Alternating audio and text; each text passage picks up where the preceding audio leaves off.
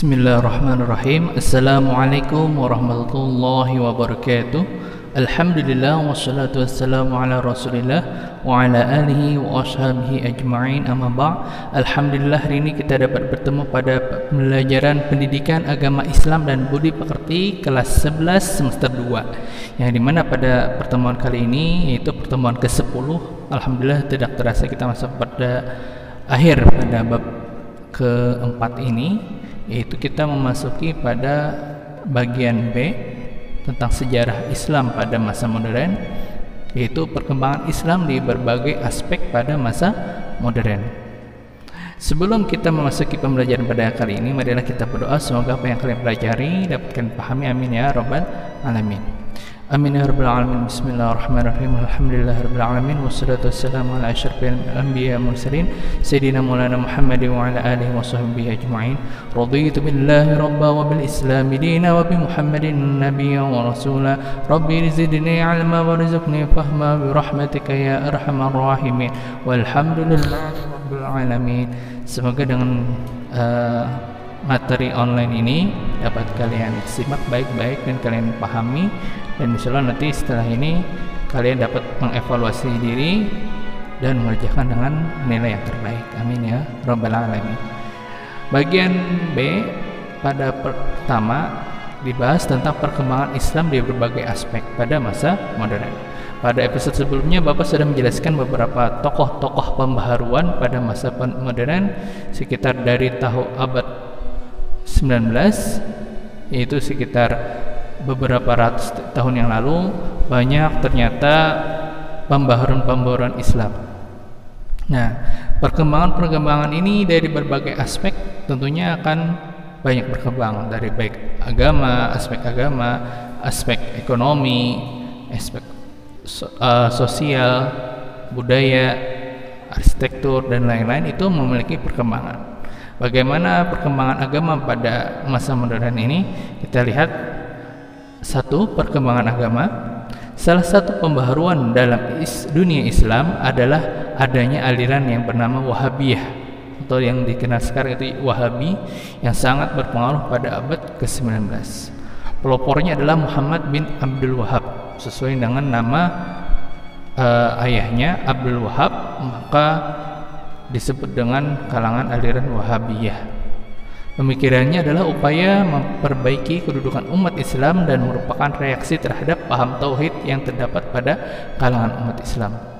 Setiap negara Islam yang dikunjunginya, Muhammad bin Abdul Wahab memiliki melihat makam para syekh dikeramatkan oleh umat Islam. Mereka banyak memohon pertolongan kepada ahli kubur untuk menyelesaikan masalah hidup mereka, seperti minta diberikan anak, jodoh, disembuhkan dari penyakit, dan meminta kekayaan. Melihat hal tersebut, Muhammad bin Abdul Wahab memutuskan perhatiannya pada persoalan tersebut. Pemikiran Muhammad bin Abdul Wahab juga berkembang di Indonesia, yang dikembangkan oleh Haji Miskin, Haji Piobang, dan Haji Semanik. Pokok-pokok pemikiran Muhammad bin Abdul Wahab sebagai berikut. Ya, jelas ya, yang dimana saat kita ini yang namanya Wahabiyah itu berkembang di kalangan Arab Saudi, dan orang umat Indonesia sebagai umat Islam tentu tidak akan lepas dengan Arab Saudi. Salah satu contohnya adalah saat kita melaksanakan haji dan umroh, maka penanaman Wahabiyah itu akan tersalurkan saat orang melakukan haji dan umroh. Misalnya saat mau berdoa, saat di depan makam Rasul, maka tim dari Wahabiyah akan memberikan tausiah, ceramah, bahkan teguran kepada orang-orang yang melakukan hal-hal tersebut yang menurut orang Wahabiyah itu tidak diperbolehkan. Pokok-pokoknya apa? Zat yang berhak disembah hanyalah Allah. Yang kedua adalah kebanyakan umat Islam bukan lagi penganut paham tauhid, karena mereka meminta pertolongan kepada selain Allah. Menyebut nama nabi, syekh, atau malaikat sebagai pengantar dalam doa juga dikatakan sebagai syirik. Yang D, meminta syafaat kepada selain Allah juga merupakan perbuatan syirik. Bernazar kepada selain Allah juga termasuk perbuatan syirik. F. Memperoleh pengetahuan selain Al-Quran, hadis, dan qiyas termasuk kekufuran. Dan yang G, tidak percaya kepada qada dan qadar Allah termasuk kekufuran. Inilah paham-paham yang berkembang di Wahabiyah Indonesia, yang dimana mereka sangat menentang tentang hal-hal yang tadi telah disebutkan, ya. Sedangkan paham-paham yang telah dianut oleh ulama-ulama, terutama di daerah lokal kita, mereka bertawassul, artinya mereka meminta doa dengan salah satunya tadi adalah bertawassul atas orang alim, kemudian dia meminta kepada Allah. Itulah yang secara umum dilakukan oleh umat muslim di Indonesia, dan tentunya dari kalangan-kalangan luar, Wahabiyah sangat berkembang di berbagai negara, salah satunya Arab sebagai tempat peribadahan terakhir, sebagai rukun Islam yang terakhir, yaitu beribadah ke haji. Mereka tentunya akan menyebarkan ke berbagai negara, dan hampir Wahabiyah ini ada di berbagai negara. Nah, kemudian perkembangan sosial politik. Terdapat dua agenda pembaharuan dalam masyarakat Islam tentang perkembangan politik sebagai berikut. A. Persoalan internasional politik Islam. Jamaluddin Afghani merupakan tokoh utama penggagas internasionalisme Islam secara politik. Menurut Al-Afghani, umat Islam harus menyatukan barisan dan kekuatannya dalam satu bentuk pan-Islamisme. Nah, tadi kan sudah dibahas tadi tentang agama. Yang kedua adalah tentang politik Islam. Nah, menurut Al-Afghani, kita ini harusnya membentuk persatuan partai, ya, persatuan yang dimana partai itu mewakili seluruh negara-negara Islam. Contoh di Indonesia adanya ASEAN, ya, persatuan negara-negara yang ada di Asia Tenggara. Tentunya itu adalah persatuan berdasarkan sosiologis, ya, berdasarkan daerah. Tetapi berdasarkan agama ada yang disebut dengan pan-Islamisme. Inilah partai yang dimana dibentuk sebagai persatuan agama umat Islam. Hal tersebut sangat penting untuk membentengi diri umat Islam dari dominasi penjajah Barat. Konsep nasionalisme membuat umat Islam terpecah menjadi banyak negara bagian, tidak konduktif dan tidak diharapkan untuk menghadapi dominasi dari Barat.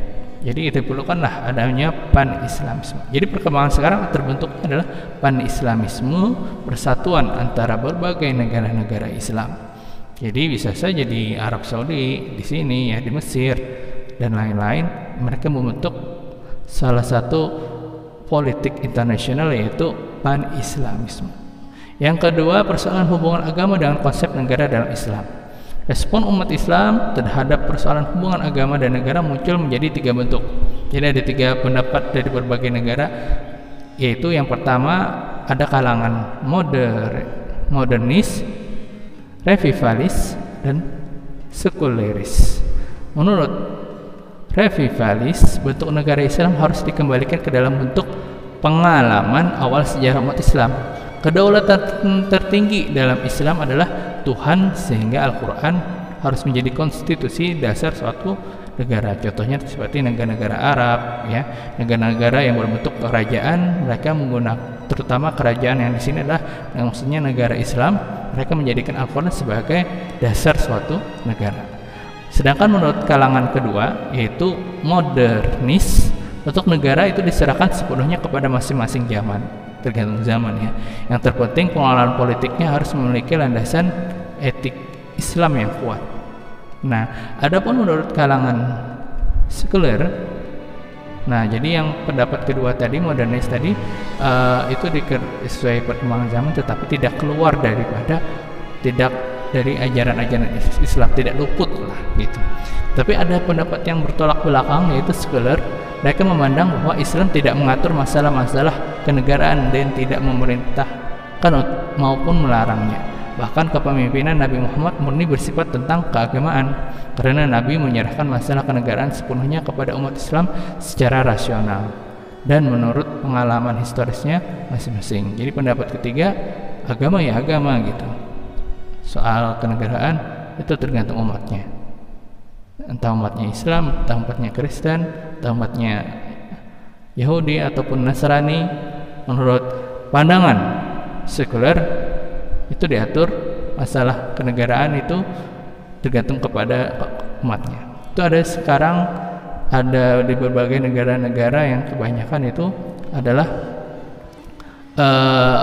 umat Islamnya itu kecil, sehingga mereka menyerahkannya kepada orang-orang dari non-muslim karena mereka bergerak dalam negara yang minoritas ya. Kemudian perkembangan ekonomi. Bagaimana perkembangan ekonomi pada zaman modern sekarang? Perkembangan penduduk merupakan syarat utama bagi kelangsungan hidup dan hal yang didasari oleh kerajaan Utsmani sebagai negara yang mengalami awal masa pembaruan. Berikut hal-hal yang dilakukan kerajaan Utsmani dalam perekonomiannya. Yang pertama, menguasai beberapa jalur perdagangan dan beberapa sumber produktif pada periode pertama.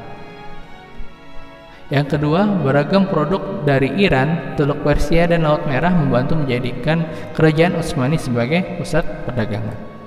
Dalam rentang abad 15 sampai ke 16, Basrah menjadi pusat perdagangan terbesar di Anatolia serta berbagai dermaga terbesar dalam pertukaran barang.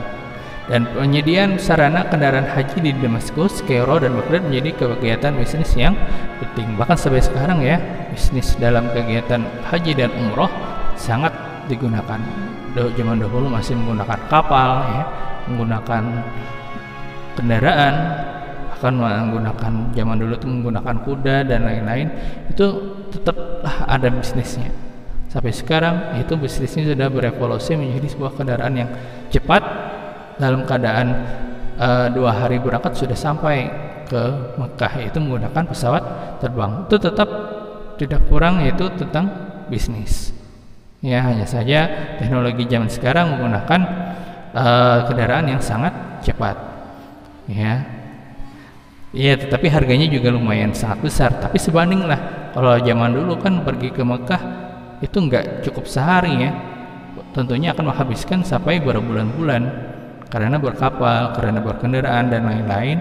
Dan tentunya untuk hidup juga akan menggunakan persediaan uang yang ada, otomatis juga kurang lebih saja dengan biaya zaman sekarang karena menghabiskan waktu yang sangat lama untuk melaksanakan haji maupun umroh. Kemudian yang keempat, ada perkembangan ilmu pengetahuan dan teknologi. Nah, Islam merupakan agama yang sangat mendukung kemajuan ilmu pengetahuan. Islam pun mengajarkan bahwa jangan pernah merasa puas dengan ilmu yang didapat. Jatuhnya Mesir ke tangan Barat menyadarkan umat Islam bahwa di Barat telah timbul peradaban baru yang lebih tinggi dan merupakan ancaman bagi dunia Islam. Jadi ini telah terjadi runtuhnya kerajaan Islam, yaitu Mesir di tangan Barat, itu terjadi pada abad ke-17. Sebenarnya pembaharuan dan perkembangan ilmu pengetahuan telah dimulai sejak periode pertengahan, terutama pada zaman kerajaan Utsmani, yaitu ke-17, mulai terjadi kemunduran karena kekalahan dalam peperangan melawan bangsa Eropa. Ya kalah ya, karena orang-orang Eropa sudah menggunakan teknologi-teknologi baru, yaitu seperti meriam, seperti senjata api. Sedangkan kalau zaman Islam masih menggunakan pedang, tentu saja mereka akan kalah akan jarak ya, dan kalah akan strategi perang. Kekalahan tersebut mendorong raja-raja dan pemuda kerajaan Utsmani mengadakan penyelidikan sebab kekalahan mereka. Mereka mulai memperhatikan kemajuan Eropa, terutama Perancis yang banyak mengalami kemajuan. Hal tersebut membuat Sultan Ahmad III memulai pembaharuan di kerajaan Utsmani. Pada tahun 1729 datanglah seorang dari Perancis yang kemudian masuk Islam. Jadi ada orang dari Prancis, dari orang Eropa masuk Islam, melajari orang-orang dari tentara kerajaan Utsmani untuk memakai alat-alat modern. Contohnya itu meriam. Atas usaha ahli Eropa ini, taktik dan teknik militer modern dimasukkan ke dalam angkatan perang kerajaan Utsmani. Sehingga pada tahun 1734 Masehi dibukalah sekolah teknik militer untuk pertama kalinya. Jadi perkembangan modern itu ditemukan saat orang-orang dari Perancis masuk Islam, dan orang-orang Perancis itulah yang mengajarkan orang-orang dari tentara dari kerajaan Utsmani untuk menggunakan teknologi pertempuran modern. Contohnya kayak meriam ya, peperangan jarak jauh. Kalau umat Islam masih menggunakan pedang saja, mereka pasti akannya ya jelas akan kalah, karena musuh sudah menggunakan pertempuran jarak jauh. Sedangkan kalau misalnya hanya menggunakan kecepatan dan jarak dekat, tentu umat Islam akan kalah. Perkembangan non militer diperbaharui oleh Ibrahim Mutafarrika dengan diperkenalkannya ilmu pengetahuan modern dan kemajuan barat kepada masyarakat Turki, yang disertai pula penerjemah buku-buku barat ke dalam bahasa Turki. Suatu bahan penerjemah tersebut terdiri atas 25 anggota dari sarjana dan filosof Islam, termasuk di dalamnya ada Ibnu Sina dan Ibnu Rushd. Ini adalah kalau tokoh-tokoh Islam yang sangat jenius ya. Kaum muslimin abad modern telah banyak menyumbangkan jasanya di berbagai bidang. Beberapa tokoh yang terkenal dalam dunia ilmu pengetahuan dan teknologi pada abad Islam modern adalah seperti Jamaluddin Al-Afghani ya, Muhammad Abduh, Taha Hussein, Sayyid Qutb, Sir Said Ahmad Khan, dan Sir Muhammad Iqbal. Ini sudah Bapak jelaskan nama-nama tokoh pembaharuan sebagai tokoh-tokoh yang menyumbangkan salah satunya tentang ilmu pengetahuan dalam bidang teknologi. Nah, kemudian ada perkembangan seni dan budaya. Bagaimana seni dan budaya masuk dalam Islam? Yang pertama ada arsitektur, itu tentang bangunan-bangunannya. Seni arsitektur dikembangkan untuk melayani bangunan keagamaan seperti masjid. Ya, zaman sekarang masjid ada arsitekturnya seperti kepala daripada masjid kenapa jadi bulat ya, bulat seperti bakpao ya. Nah, atau itu adalah salah satu arsitek dari ke-Arab-Araban atau ke-Islam-Islaman, menjadi ciri khas yang sekarang masjid seperti itu. Kemudian di samping kanan kirinya ada tiang ya, seperti sebuah dinding daripada sebuah kerajaan ya. Itu salah satu arsitek yang terus berkembang pada zaman modern sekarang. Nah, seperti di madrasah ataupun seperti di makam-makam, itu memiliki arsitek tersendiri. Adapun melayani fungsi sekunder seperti istana, benteng, jalan raya, itu juga salah satu perkembangan Islam yang mengikuti ke-Islam-Islaman. Pada beberapa daerah juga telah dibangun hotel-hotel mewah bertaraf internasional. Bahkan hotel-hotelnya juga sebagian juga menggunakan arsitektur dari kerajaan Islam. Yang kedua ada sastra. Pada masa pembaruan Islam telah bermuncul sastrawan ya, seorang ahli menulis yang karya sastranya bersifat Islami di berbagai negara, seperti karyanya Muhammad Iqbal. Dr. Muhammad Hussein Haikal menulis Hayatul Muhammad atau Kehidupan Muhammad. Mustafa Lutfi Al-Munfaluti, seorang sastrawan dari ulama Al-Azhar, itu sekarang di Mesir. Jamil Siddiq Az-Zahrawi, dan seorang perintis sejak modern dan seorang penyair tua. Aisyah Abdurrahman, seorang dokter dalam sastra klasik. Fatwa Taukan ya, dan Nazik Al-Malaikah. Sangat banyak sekali zaman sekarang sastra-sastra itu dikembangkan ya, dimana tokoh-tokoh pembaruan Islam yang tadi sudah minggu lalu Bapak sebutkan itu mengeluarkan karya-karya buku yang berkaitan tentang sastra. Dan yang terakhir ada kaligrafi. Kaligrafi berasal dari bahasa Yunani, yaitu kaligrafa atau kaligrafos ya. Kalos berarti indah dan gropo artinya tulisan. Jadi secara kalau kita gabungkan artinya tulisan yang indah. Yang sekarang kaligrafi ini juga masih sangat digemari oleh umat-umat Islam. Jadi kaligrafi adalah indah yang mempunyai nilai estetis. Dalam bahasa Arab kaligrafi disebut dengan ada bahasanya Arabnya al-khott ya. Perhatian umat Islam terhadap kaligrafi sangat tinggi dengan dihiasnya berbagai bangunan dan dinding dengan seni kaligrafi Islam. Contohnya di masjid kan, di daerah Kuba ya, itu dituliskan kalimat-kalimat ayat suci Al-Quran menggunakan seni kaligrafi. Enggak kayak tulisan tangan kalian waktu ngerjakan tugas, enggak, tetapi menggunakan tinta khusus yang seperti kadang dia melebar, kadang dia menipis. Itulah disebut dengan khot ya. Ada seninya dalam menulis Nah, ada penebalan, ada penipisan dalam menulis Arab. Khot-khot zaman sekarang itu contohnya ada khot naskhi, itu khot yang paling umum digunakan pada zaman sekarang seperti dalam Al-Quran. Tetapi kalau gaya-gaya modernnya, gaya-gaya khot-khot yang lebih bagusnya seperti dalam masjid atau lebih kerennya, biasanya ada khot diwani jali, khot fi yang berbentuk kotak-kotak lurus ya, dan lain-lain. Sangat banyak sekali khot-khot yang berkembang, yang dimana khot-khot ini berbagai negara memiliki khasnya masing-masing. Nah, mungkin itu saja pertemuan kita pada hari ini. Kita akan memasuki evaluasi bab keempat. Silahkan kalian kerjakan soal-soal pada forum berikut ya, ada di deskripsi pada video ini atau apa yang sudah Bapak share pada grup itu. Kalian kerjakan dan kalian kumpul dengan klik kirim. Nah, mungkin itu saja dari Bapak. Jangan lupa komen nama, kelas, dan sebut kata hadir untuk menandakan kalian hadir pada pertemuan kali ini. Itu saja dari Bapak. Salah kata mohon maaf. Wabillahi taufiq wal hidayah. Wassalamualaikum warahmatullahi wabarakatuh.